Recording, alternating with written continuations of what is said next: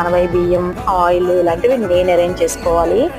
మిగిలినవన్నీ మీన్స్ ఆకులు, అరటిపళ్ళు, తాంబూలాలు, కొబ్బరి బండం మొత్తం మిగిలినవన్నీ కూడా వాళ్ళే తీసుకొచ్చారు అమ్మ వాళ్ళు. బియ్యం కడిగి నీళ్లు డ్రైన్ చేసిన తర్వాత దానిలో కొబ్బరి ముక్కలు అలాగే బెల్లం అని కూడా మిక్స్ చేశారు. వాటిని 5 పేరెంటాలకు ఇప్పిస్తారనమాట.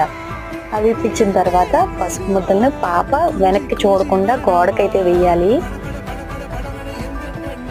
అది కూడా కరెక్ట్గా ఒక ఆర్డర్లో వేయాలన్నమాట. అది కూడా ఏదో చిన్న చిన్న సెంటిమెంట్స్ ఉంటాయి కదా.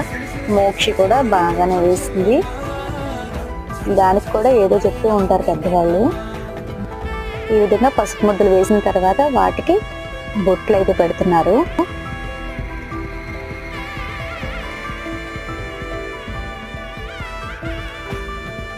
ఇదంతా కంప్లీట్ అయిన తర్వాత పాపకు అత్తసరు, పరమన్నం, నెయ్యి వేసి పెడతారు.